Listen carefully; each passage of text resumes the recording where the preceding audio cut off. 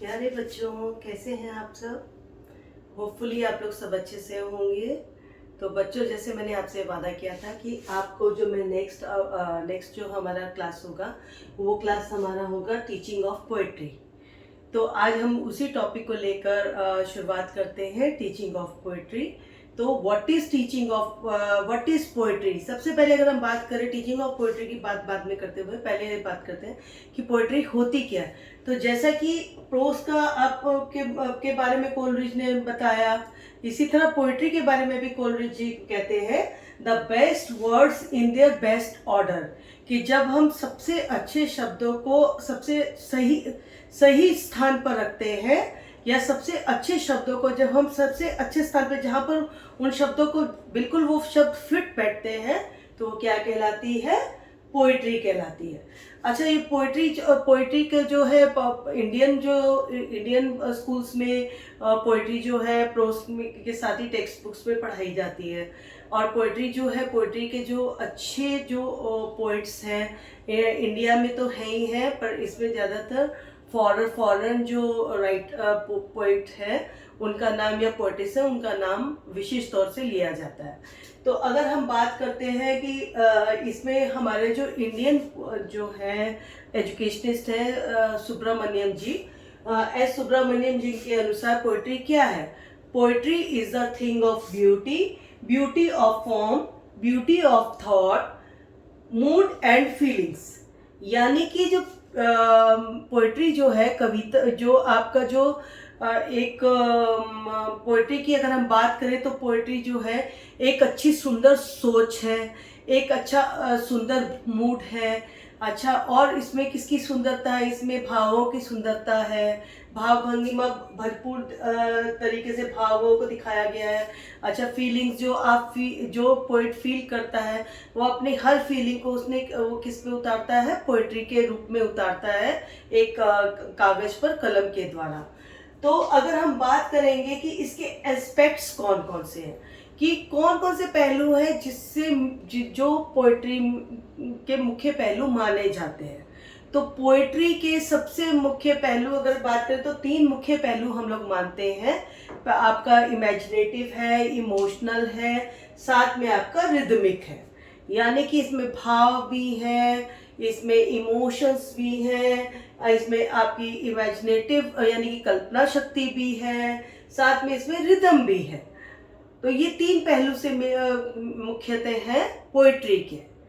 अगर हम आगे बात करते हैं पोइट्री के बारे में, तो पोइट्री को पहले टीचिंग से पहले अगर हम बात करें कि पोइट्री के बारे में हम लोग और क्या जानना आवश्यक है, तो पोइट्री के क्या लाभ है, पोइट्री क्यों पढ़ाई जाती है। तो पोइट्री क्यों पढ़ाई जाती है, अगर इस पे हम बात करेंगे तो it is necessary for the all round development of प्यूपिल।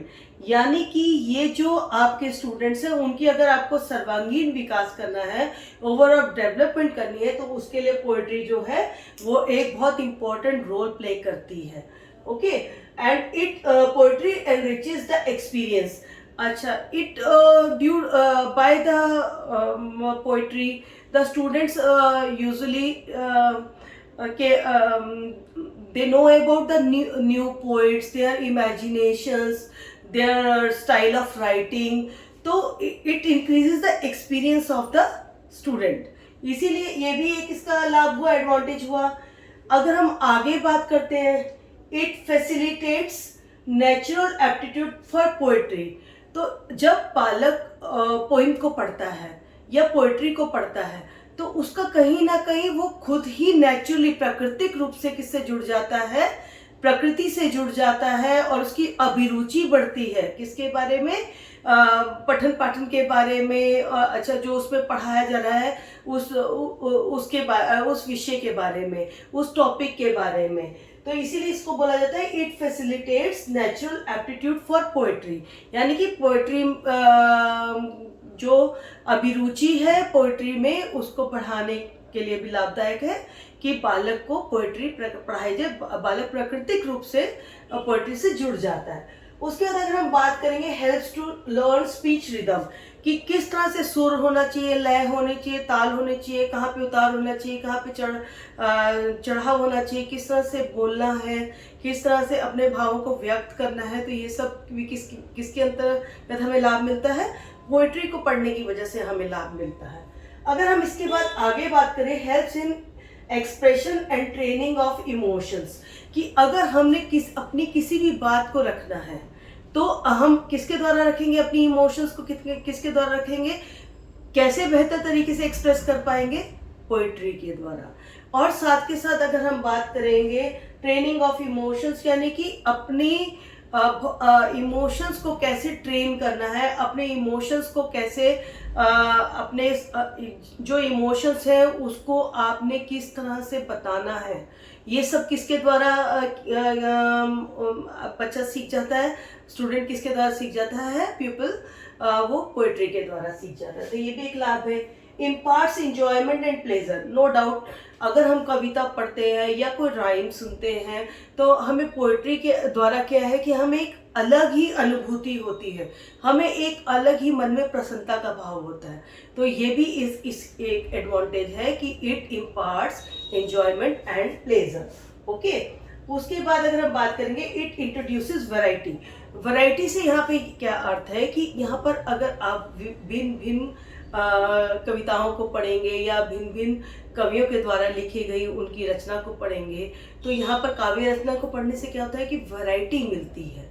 Variety मतलब कहीं पे सैडनेस के बारे में पता चलता है, कहीं पे ब्रेवरी के बारे में पता चलता है, कहीं पर आपको जो भी भाव से उन्होंने उस कविता को लिखा है, मान लो कि रोमांस है या ब्रेवरी है या फिर आपका सैडनेस है, वो सब भावों की वैरायटीज के बारे में क्या है प्यूपिल अच्छे से जान जाता है।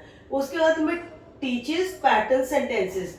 अब यहाँ पर टीचेस पैटर्न सेंटेंसेस कैसे, कि क्या लाभ है पोइट्री का, पोइट्री कैसे पैटर्न सेंटेंसेस बनाती है, यानी कि वाक्य से वाक्य को कैसे जोड़ना, कैसे एक पैटर्न पे सेंटेंस जुड़ता है, कैसे एक सेंटेंस के बाद दूसरा सेंटेंस आता है, वो हमें किसके द्वारा पता चलता है, वो हमें पोइट्री के द्वारा पता चलता है। जैसे कि अगर आप बात करेंगे अब आपकी जो पोइम्स हैं, अगर हम लोग क्लास प्रेप में या प्री नर्सरी में बच्चे को पढ़ाते हैं, जैसे कि twinkle twinkle little star, how I wonder what you are, up above in the sky like up above the sky like a diamond in the sky, यानी कि बच्चे को एक के बाद उनको ये पता है कि जो सितारे हैं वो चमक रहे हैं, उसके बाद वो कहाँ चमक रहे हैं, वो आसमान में चमक रहे हैं, है ना। तो इस तरह से बच्चे की एक पैटर्न बनता जाता है, सेंटेंस पैटर्न बनता जाता है जो बच्चे को हेल्प करता है। तो इसीलिए हम बोलते हैं इसकी पोइट्री की एक ये भी एडवांटेज है कि poetry is very much necessary to teach pattern sentences. Okay, by teaching poetry we can tell the students about the pattern sentences. Okay, तो ये भी एक लाभ है। उसके बाद अपना वोकैबुलरी तो बढ़ती ही है, वोकैबुलरी आपका शब्दकोश का विकास होता है। उसके बाद में आपको न्यू सेंटेंसेस जो होते हैं वो न्यू सेंटेंसेस के बारे में पता चलता है, न्यू वर्ड्स के बारे में पता चलता है, प्रोनाउंसिएशन ऑफ न्यू वर्ड्स के बारे में पता चलता है। तो ये भी कुछ एडवांटेज किसके हैं, पोइट्री के एडवांटेज है। अब अगर हम बात करते हैं कि हमारे जैसे टीचिंग ऑफ पोइट्री जो हमारा टॉपिक है, तो टीचिंग ऑफ पोइट्री क्या है, teaching of how a teacher will teach the poetry to his और हर स्टूडेंट्स।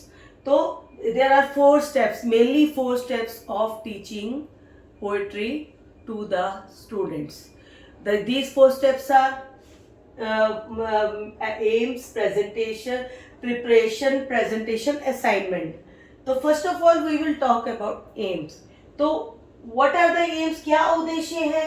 अगर हम बात करेंगे कि जैसे कि आप टीचिंग ऑफ पोइट्री है, तो टीचिंग ऑफ पोइट्री में सबसे पहले टीचर जो है वो किसको लेके चलेंगी, वो सबसे पहले एम्स को लेके चलेंगी। कि सबसे पहले ये स्पष्ट हो जाना चाहिए कि आखिर पोइट्री क्यों पढ़ाई जा रही है, पोइट्री को पढ़ाने के कौन कौन से एम्स हैं। अगर हम एम्स की बात करेंगे तो एम्स को हम लोग 2 पार्ट में बांटेंगे। एक पार्ट होगा जनरल एम्स और दूसरा कौन सा होगा, स्पेसिफिक एम्स। जनरल एम्स की मतलब साधारणतः क्या एम्स हो सकते हैं, इंग्लिश लैंग्वेज में साधारणतः क्या एम है कि क्यों आप पोइट्री बच्चे को पढ़ा रहे हो। तो पहले इसमें आप कह सकते हो कि वोकैबुलरी तो इंक्रीज होती है। They came to know about difficult words, फिर they become familiar to poets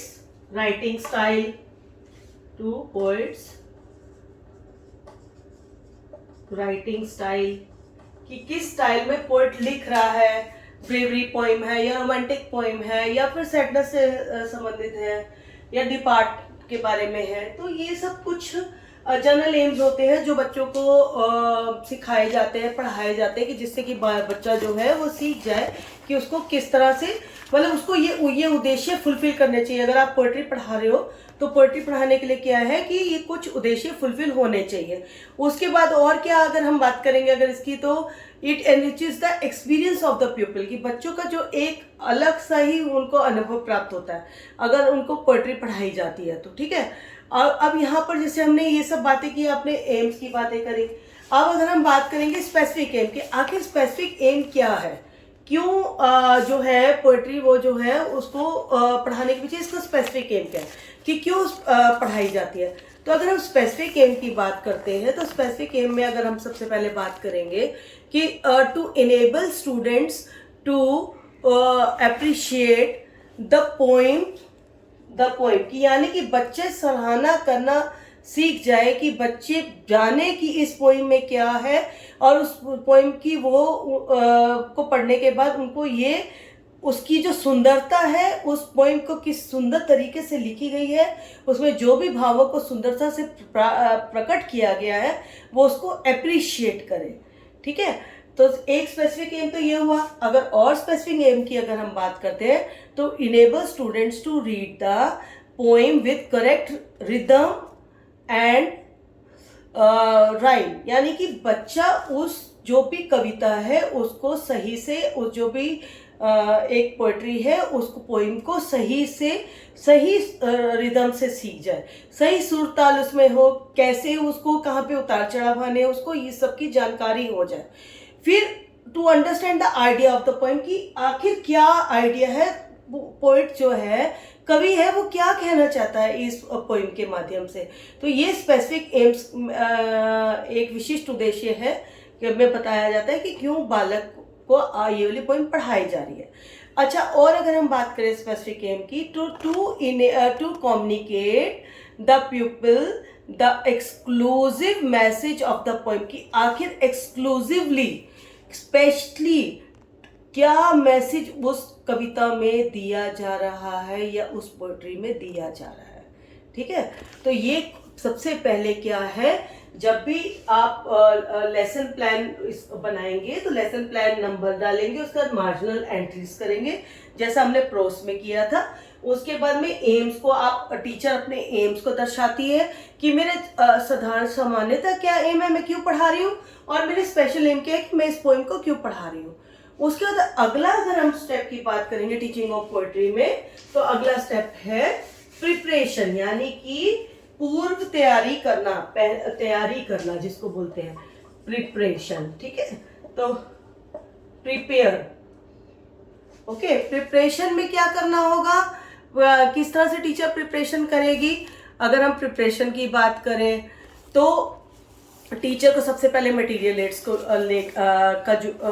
अपना जुटाना है कि जिसके द्वारा वो पढ़ाएगी, क्योंकि जैसे मैंने आपको बताया था मटेरियल एड्स क्या हेल्प करते हैं प्रिपरेशन में। सबसे पहले मटेरियल एड्स में जैसे कि चार्ट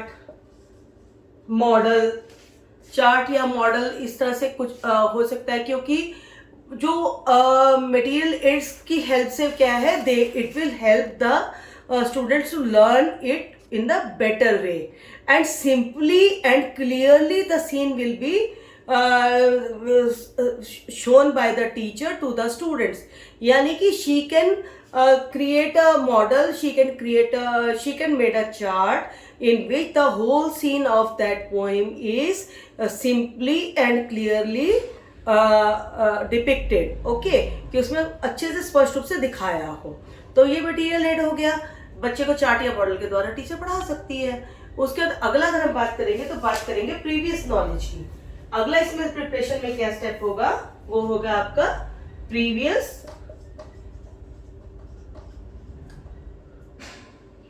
नॉलेज. यानी कि टीचर यहां पर ये जानेगी कि बच्चे को the teacher should know the age of the child, previous knowledge of the child, the mental development of the child, कि whether he is ready to absorb that information she is going to give by the means of poetry, कि जो वो poetry वो पढ़ाने जा रही है वो बालक की बुद्धि के हिसाब से है कि नहीं है, उसकी अपनी बुद्धि लब्धि है, वो इस चीज को समझ पाएगा जो पोएट्री उसके लेवल की है. सपोज कि आपका अगर स्टूडेंट है वो स्टैंडर्ड 5 का है और आप उसको स्टैंडर्ड 7 का अगर पोएम पढ़ाओगे तो मे बी कुछ स्टूडेंट्स को यहाँ पे मे बी क्या मैक्सिमम स्टूडेंट्स को यहाँ पे ये प्रॉब्लम आएगी कि उनका IQ लेवल उस हिसाब से नहीं है और बच्चा हो सकता है ठीक से ना समझ पाए. तो इसलिए प्रीवियस नॉलेज का पूर्ण जानकारी जुटाना टीचर के लिए बहुत जरूरी है. उसके बाद नेक्स्ट स्टेप आता है introduction. She will introduce. What she will do?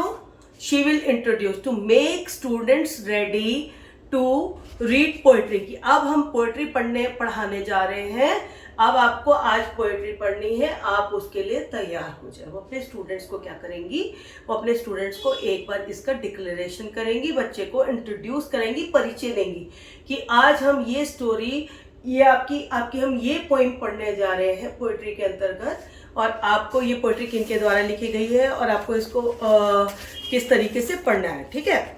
उसके बाद अगर हम नेक्स्ट प्रिपरेशन की बात करें कि टीचर नेक्स्ट प्रिपरेशन क्या करेगी, तो नेक्स्ट प्रिपरेशन में टीचर का जो नेक्स्ट स्टेप आएगा वो स्टेप आपका आएगा स्टेटमेंट ऑफ एम. ओके, कि स्टेटमेंट ऑफ एम कि यहाँ पर टीचर क्या करेगी, यहाँ पर शी विल अनाउंस कि ये पोएट्री पढ़ाने का मेरा आज क्या मकसद है, मैं क्यों पढ़ा रही हूं. तो नेक्स्ट स्टेप क्या होगा, स्टेटमेंट ऑफ एम. ठीक है, कि आखिर why I am going to teach that poetry to you. आज ये पोएट्री पढ़ेंगे हम लोग क्यों, इसके पढ़ना क्यों जरूरी है आपके लिए, या मैं ये पोएम को, इस पोएम में हम लोग पढ़ के क्या सीखेंगे. तो that is statement of aim. तो ये आपका सेकंड हो गया. एम्स के बाद में फर्स्ट एम्स था, सेकंड आपका प्रिपरेशन हो गया. अब थर्ड में जाएंगे हम लोग प्रेजेंटेशन में. थर्ड क्या होगा, प्रेजेंटेशन. अब प्रेजेंटेशन में क्या होगा, सबसे पहले मॉडल रीडिंग होगी. मॉडल रीडिंग कौन करेगा, टीचर करेगी.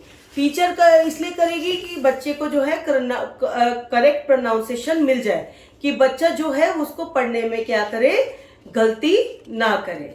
मॉडल टीचर के बाद, टीचिंग के बाद टीचर क्या करेगी, लाउड रीडिंग. लाउड रीडिंग किसके द्वारा होगी, टीचर के द्वारा होगी. ठीक है, कि टीचर वहां पे क्या करेगी, she will try to make the students first of all. साथ के साथ क्या करेगी टीचर, जब आपको प्रेजेंटेशन करेगी तो प्रेजेंटेशन में लाउड रीडिंग से पहले she will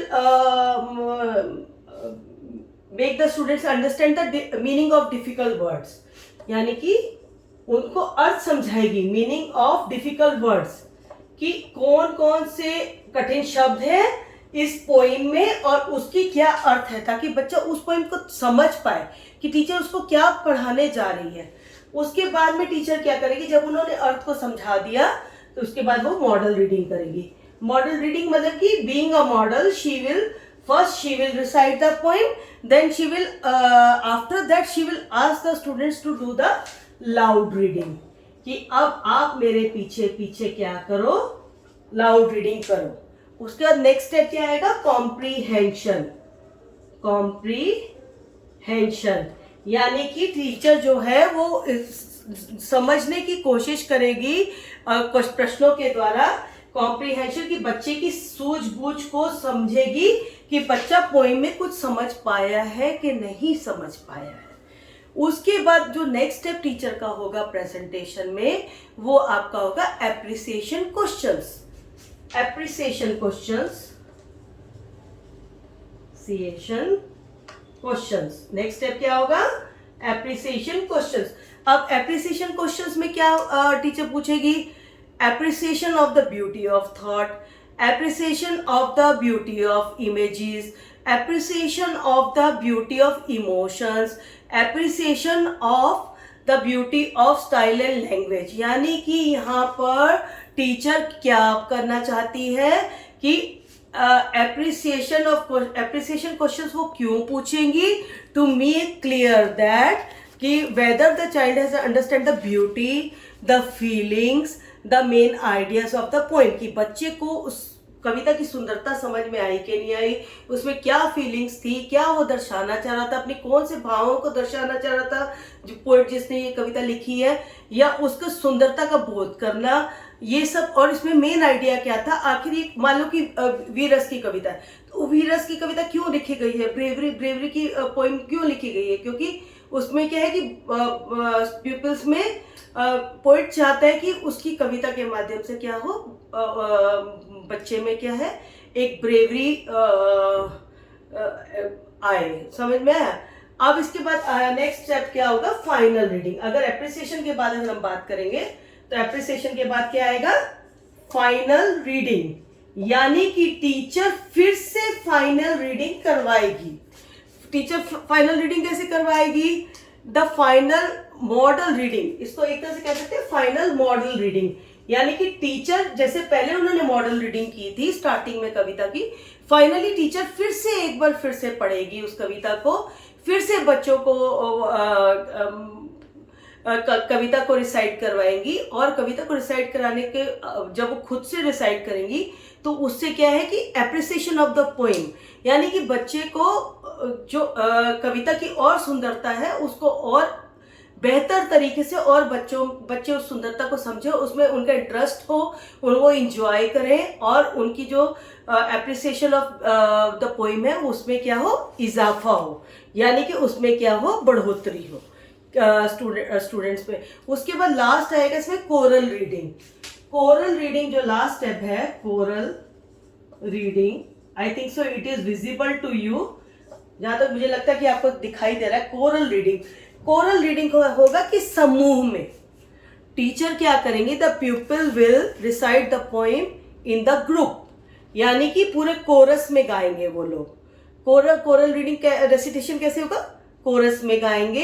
it may be the teacher recite one line और the rest of the people will recite the follow that chorus, और the other line they will recite. Okay, कि एक line teacher बोलेगी और उसके बाद की जो है सब समूह में गाएंगे, उसी लाइन को गाएंगे।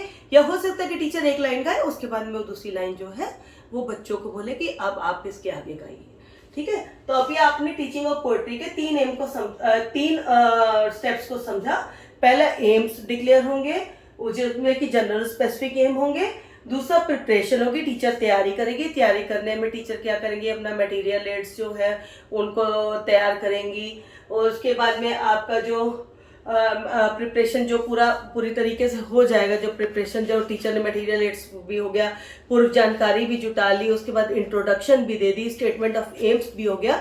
तो उसके बाद अगला स्टेप क्या आएगा टीचर का? वो भी स्टेप टीचर के द्वारा ही ज्यादा होगा, क्योंकि पोएट्री है, प्रोस में फिर भी सहभागिता होती है बच्चों की, पर इसमें सहभागिता कंपैरेटिवली कम होती है प्रोस से। इसमें ज्यादा पार्ट टीचर का ही होता है। तो अब प्रेजेंटेशन में क्या है? प्रेजेंटेशन में सबसे पहले वो difficult words, meaning of the difficult words, उसके बाद में मॉडल रीडिंग, यानी कि वो खुद से गा के वो कविता को सुनाएंगी, पोएम को सुनाएंगी। उसका लाउड रीडिंग, फिर ऊंचा उच्चारण करवाएंगी। उसके बाद कॉम्प्रीहेंशन क्वेश्चंस के समझ बूझ के क्वेश्चंस को पूछेंगे कि बच्चों को ये समझ में आया कि नहीं आया, कि और the question can be depend on the length of the poem, कि किस लेंथ की पोएम है, and the ideas of the poem, कि उसमें कवि क्या कहना चाह रहा है। कि जब तक बच्चे को समझ ना आ जाए तब तक कुछ ना कुछ जो है आइडियाज को क्लियर करने के लिए क्या है कि कॉम्प्रीहेंशन क्वेश्चंस जो है वो पूछे जाएंगे। उसके बाद में आएगा आपका appreciation question. Appreciation question to appreciate appreciation question are to make clear that the whether the pupil has learned about the beauty, feeling and the main idea of the poem. उसके बाद में आपका फाइनल मॉडल रीडिंग होगी, वो भी teacher ही करेंगी। उसके बाद में कोरल रीडिंग होगी, ठीक है। और लास्ट स्टेप क्या आएगा इसमें टीचिंग ऑफ पोएट्री में? असाइनमेंट। ओके, अब असाइनमेंट में क्या है, चौथा अगर हम बात करें तो असाइनमेंट में ज्यादा असाइनमेंट नहीं दिया जाता है। Assignment means homework. अब यहाँ पर टीचर क्या है कि there is not much importance of assignment in teaching of poetry, यानी कि ज़्यादा उसमें असाइनमेंट की ज़्यादा इंपॉर्टेंस नहीं है। The teacher can ask the students to memorise the poem, the lines of the poem, कि या तो आप मेमोराइज करो, और she can give the homework to write the gist, की इसका आप सार लिखो, आपने कविता से क्या सीखा। और जो असाइनमेंट है वो the some it can be associated with some creative work, यानी कि कुछ क्रिएटिव वर्क टीचर उनको दे देगी कि तुम जैसे कि आप लोग इस पोएम को लिख के लाना और उसके साथ उसका चित्र बना के लाना, ठीक है, उसका चित्र बना के लाना कि आपने इसमें क्या सीखा। तो इसमें ज्यादा नहीं होता। या फिर she can ask them to learn the difficult words या meaning of the difficult words. तो इसमें there is not too much importance of assignment in poetry teaching. Okay, you should learn that. तो यहाँ पर प्रोज से थोड़ी सी poetry जो है वो टीचर के एंड से बालक को पढ़ाने के लिए इजी हो जाती है। और उसको पढ़ना क्यों ज़रूरी है? क्योंकि जो पोएट्री है, पोएट्री से आप बच्चे जो है उसकी वोकेबलरी के साथ साथ इंजॉयमेंट होती है, प्लेजर होता है, न्यू वर्ड्स की जानकारी होती है, फॉरेन जो पोइट्स हैं उनके बारे में, उनके विचारों को जानने के बारे का पता चलता है, इमेजिनेटिव पावर होती है, क्रिएटिविटी आती है बच्चों में। तो इसलिए जो है हमारे इंडियन स्कूल्स में टेक्स्ट बुक में पोइट्री को भी एक विशेष स्थान, इम्पॉर्टेंट प्लेस दिया गया है। तो बच्चों आज यहीं तक ये टीचिंग ऑफ पोइट्री जो है आप लोगों का ये वाला जो टॉपिक है यहीं पे समाप्त होता है। अगली बार फिर हम लोग एक नए टॉपिक के साथ मिलेंगे। तब तक के लिए have a good day and positive vibes के साथ आज ये वाले लेक्चर को यही ख़त्म करते हैं। और होपफुली मुझे लगता है कि आपको समझ में आया होगा। अगर आप इसको समझ पाए हैं तो प्लीज़ लाइक्स, कमेंट और शेयर करना मत भूलिएगा और सब्सक्राइब कीजिए ताकि आप और मेरे ज़्यादा से ज़्यादा जो मेरे लेक्चर्स हैं, जो ज़्यादा से ज़्यादा मैं आपको जानकारी देना चाहती हूँ पेडागोजी ऑफ इंग्लिश की, वो आप ले सकें। और साथ के साथ ग्रामर के भी जो टॉपिक्स हैं वो भी अच्छे से आप लोग समझ सकें, ग्रामेटिकल रूल्स के बारे में आप जान सकें। तो इसी पॉजिटिव नोट के साथ आज हम लोग यहीं पर समाप्त करते हैं। फिर आपसे नेक्स्ट नए लेक्चर में हम लोग फिर से मिलेंगे। तब तक keep watching my channel. Thank you.